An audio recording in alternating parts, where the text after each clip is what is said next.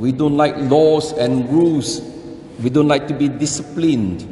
And so it is always in us to rebel against laws from young. In the world of relativism, they do not want to be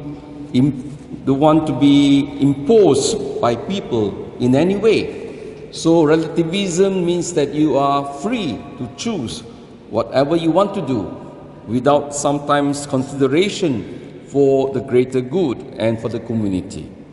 But the truth is that the laws are good. The laws are meant to help us, to guide us in life.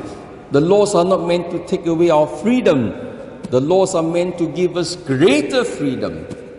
The laws are meant to make us more alive, and not to rob life away from us. So it is a question at the end of the day of perspective. How do we see the laws?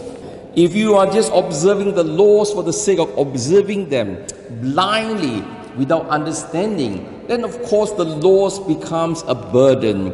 When people break the laws, they are more to be pitied than to be blamed. Laws are actually instituted based on experience. So it is very important, therefore, that only a right understanding of the laws can empower people and can set people free. If you don't put God as the center of your life, then you become a slave to all the transitory things of life. So idolatry is always a temptation for men. Idolatry is to make something that is finite, something that is transitory, something that is transient, as if it is something eternal. God is someone that you cannot completely possess. And that is why only God can fulfill us. All the things in this life you can possess. But the moment you possess, then you feel empty. Because nothing on this earth can satisfy us. The Bible tells us God is a jealous God.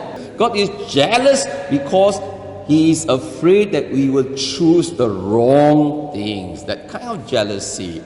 Jealous for your sake, not for His sake. But He is jealous for you in the sense that He is protective of us. That is why we say God is a jealous God. So protective of us that God does not want us to harm ourselves by making other things absolute. So let us continue to pray for each other and thank God for this grace.